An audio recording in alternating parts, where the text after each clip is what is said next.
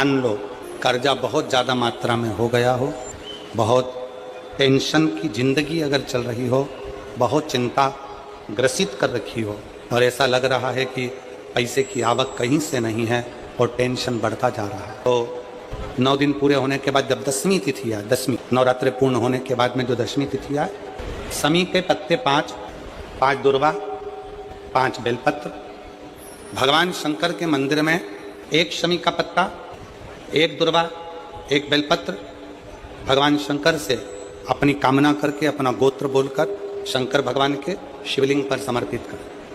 फिर दूसरा पत्ता, दूसरा शमी पत्ता, दूसरी दुर्वा, फिर शिव जी पे समर्पित करें। 5 पत्ते शमी के, 5 दुर्वा, 5 बेलपत्र जो विजयदशमी की तिथि रहे नवरात्रि के बाद की, समर्पित कर कर 1 लोटा जल 3 बार शंकर जी को उसी जल से 3 बार समर्पित करें। अपनी कामना कर कर चढ़े हुए जल का भाग थोड़ा सा लेकर आएं, घर के दरवाजे पर व्यापार के स्थान पर उसका सिंचन करें और हृदय से बाबा से प्रार्थना करें, बाबा तेरे भरोसे हैं, बहुत चिंता है, बहुत टेंशन है, कर्जा बहुत है, दुख बहुत है, व्यापार चल नहीं रहा, तुझे समान।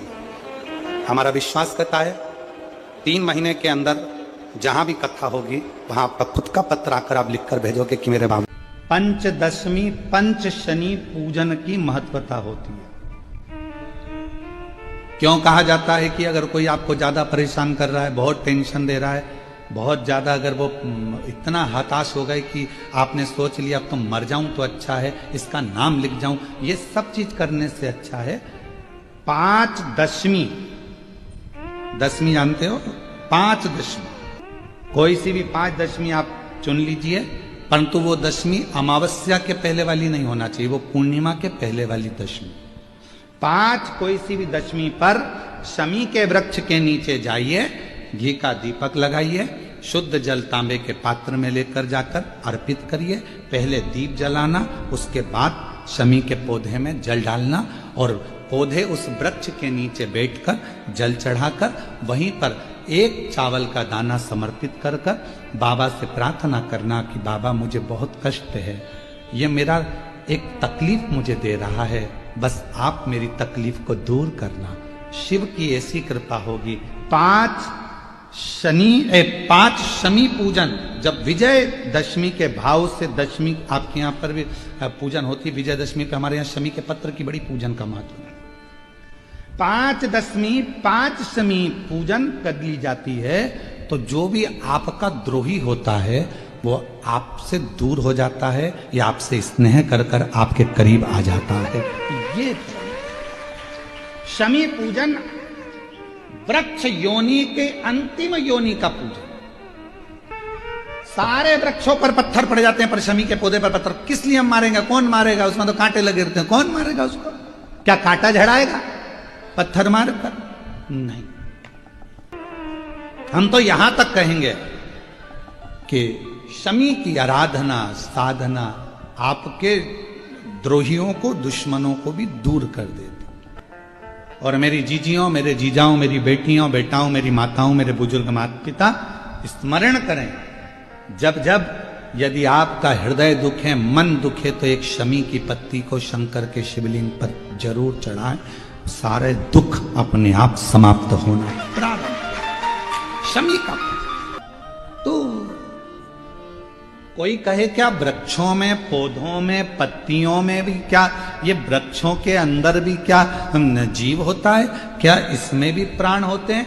होते हैं, इसमें भी प्राण, ये भी ऑक्सीजन लेना छोड़ना सब कार्य इनका चालू है, ये भी जीवित है। जल नहीं मिलेगा मर जाएंगे, जल गया समाप्त। आप लोगों के घर के अंदर घंटी है, वो गरुड़ घंटी, काय के लिए बजाते हैं उसको?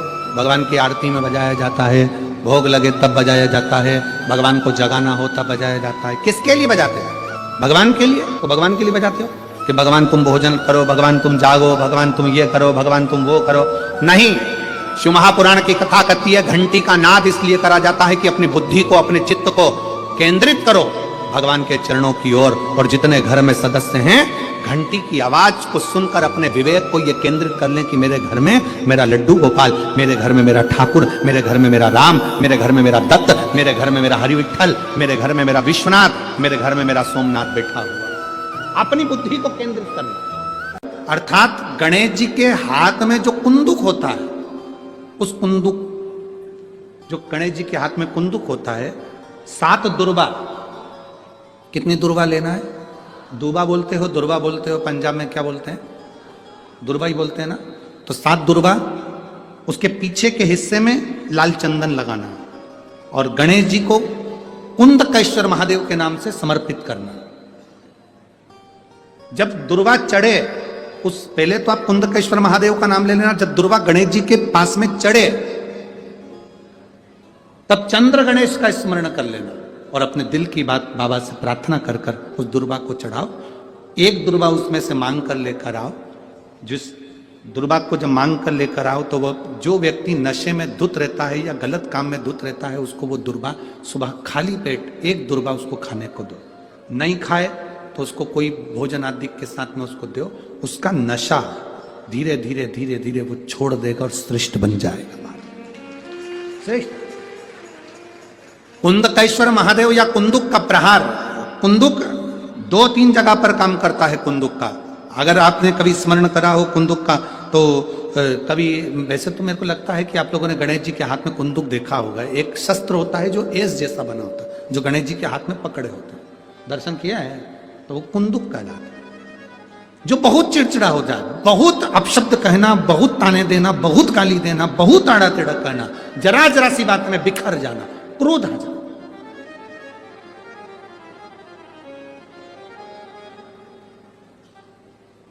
श्वेत पुष्प, सफेद पुष्प बेलपत्री के साथ जब देवाधिदेव महादेव के ऊपर समर्पित करा जाता है, थोड़ी देर चढ़े रहने के बाद बेलपत्र और श्वेत पुष्प में से सफेद पुष्प उठाकर बेलपत्री के वृक्ष के नीचे समर्पित कर दिया जाता है, जो शिवलिंग पे चढ़ाया गया, और उसका एक श्वेत पुष्प उठाकर शिव का चढ़ा हुआ बेलपत्री के वृक्ष के नीचे समर्पित कर दिया जाता है। वहां की मिट्टी को उठाकर अपने घर के द्वार का स्पर्श करा दिया जाता है। तो क्रोध करने वाला व्यक्ति, चिड़चिड़ करने वाला व्यक्ति कुंदकेश्वर महादेव का नाम लेकर जब वो रज लगाई जाती है, मिट्टी लगाई जाती है, तो वो धीरे धीरे क्रोध करना बंद कर देता है। घर में पूरे शांति और आनंद की अनुभूति होने लगती है। ये कुंदकेश्वर है, ये साधारण नहीं है। कुंदकेश्वर,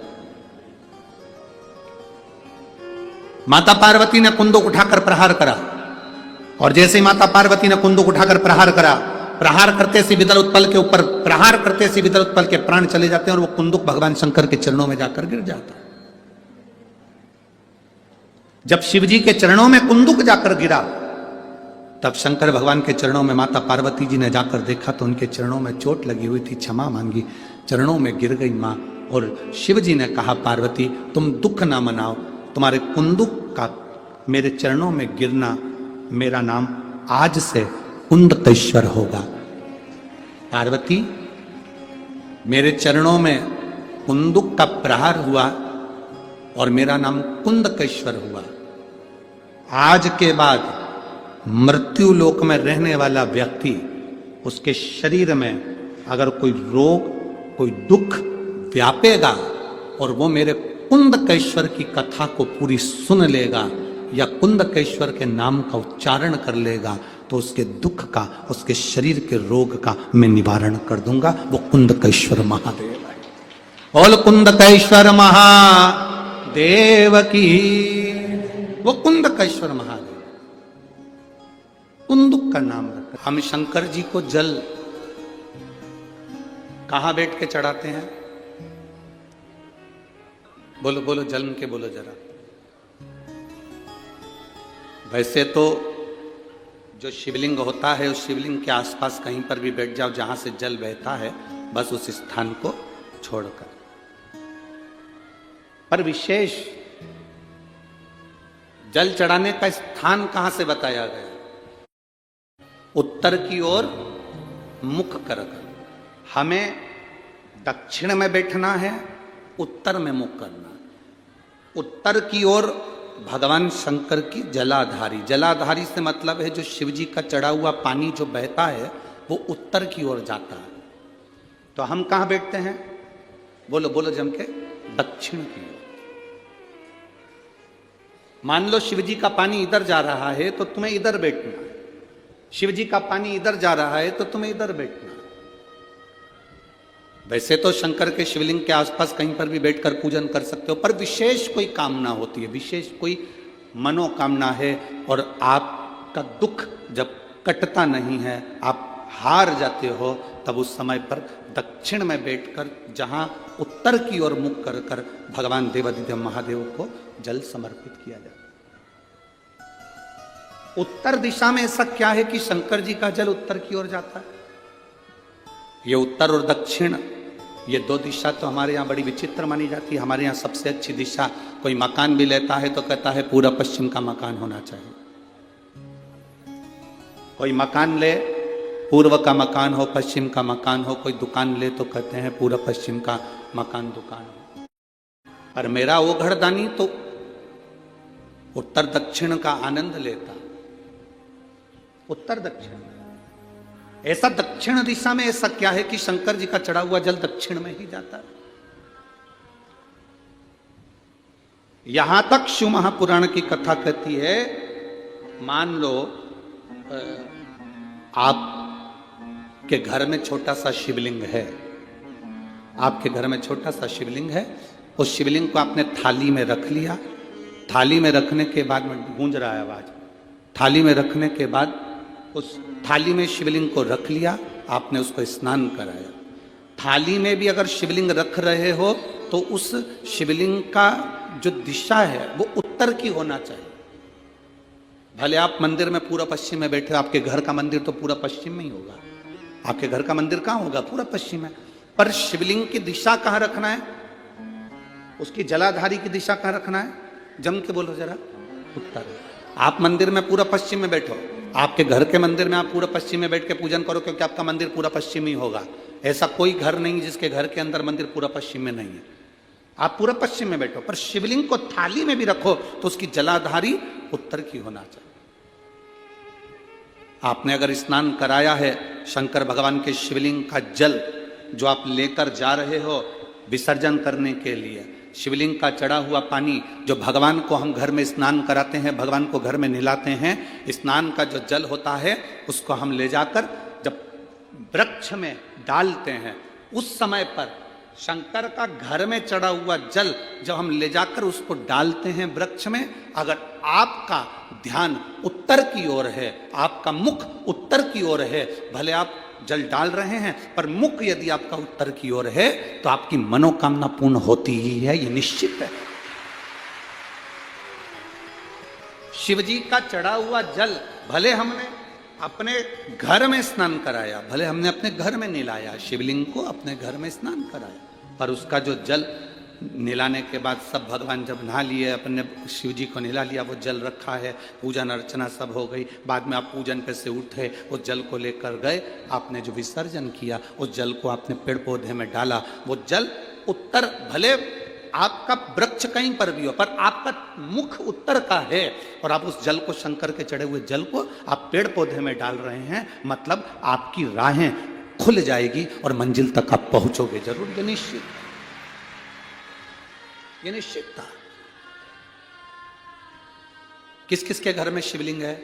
हाथ उठाओ जरा, सबके यहां है, रखिए। समझने वाली बात है, ये आज की कथा में, जलगांव की कथा में ये प्रसंग निकला है, तो आपके जीवन की सार्थकता रखने वाला।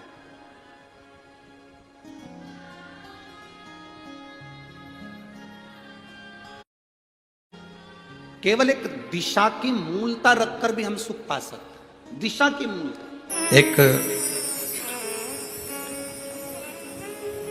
शिवा भगत की एक कथा आती है। मालती का एक पुत्र था शिवा, उसको लोग शिव कहते थे। क्यों?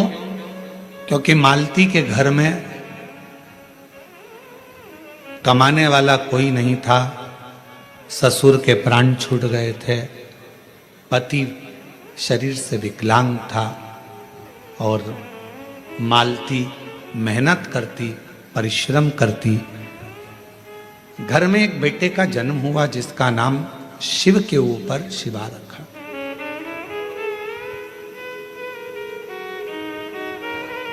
पति विकलांग है, पत्नी कमाने जाती है, मेहनत करती है, परिश्रम करती है। एक अगर घर में तकलीफ है, घर में कष्ट है, परेशानी है, कलिकाल का समय है, कलयुग का समय है, शास्त्र कहता है कि इस कलिकाल में धर्म पत्नी को पति के कदम से कदम मिलाकर साथ देना चाहिए, मेहनत में, परिश्रम में आगे रहना चाहिए।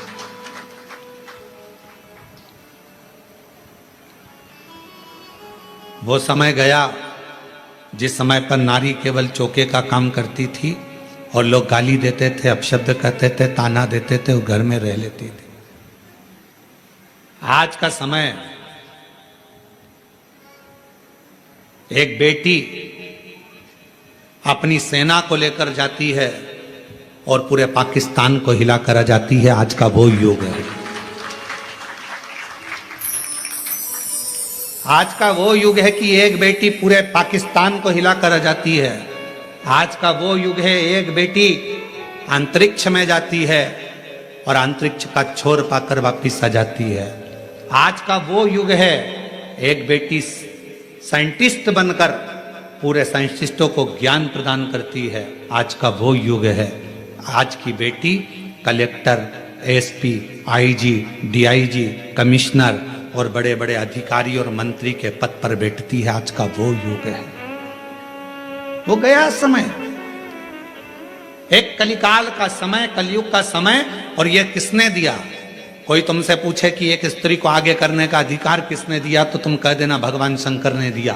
कहां? तारकासुर जैसा असुर सामने था, विदल उत्पल नाम के असुर सामने थे, महिषासुर सामने था।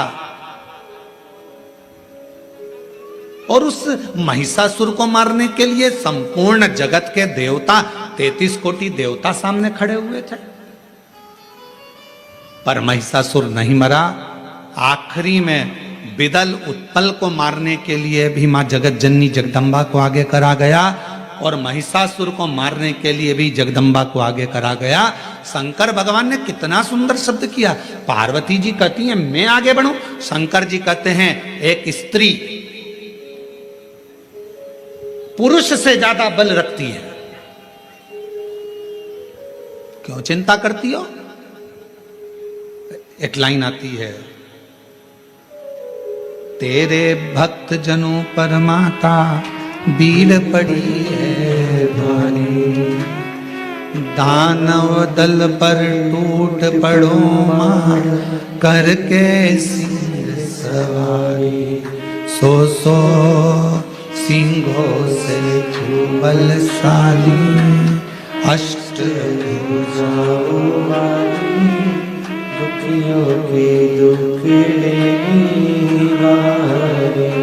हो जाता है, बहुत तकलीफ आने लगती है, बहुत तकलीफ। डॉक्टर ने कह दिया कमर का गुरिया खसक गया, डॉक्टर ने कह दिया तुम नीचे नहीं बैठ पाओगे, डॉक्टर ने कह दिया तुम्हारी ये हड्डी बढ़ गई है, ये हड्डी का ऑपरेशन करना पड़ेगा। डॉक्टर से जांच करवाते रहो और साथ में एक प्रयोग करते रहो।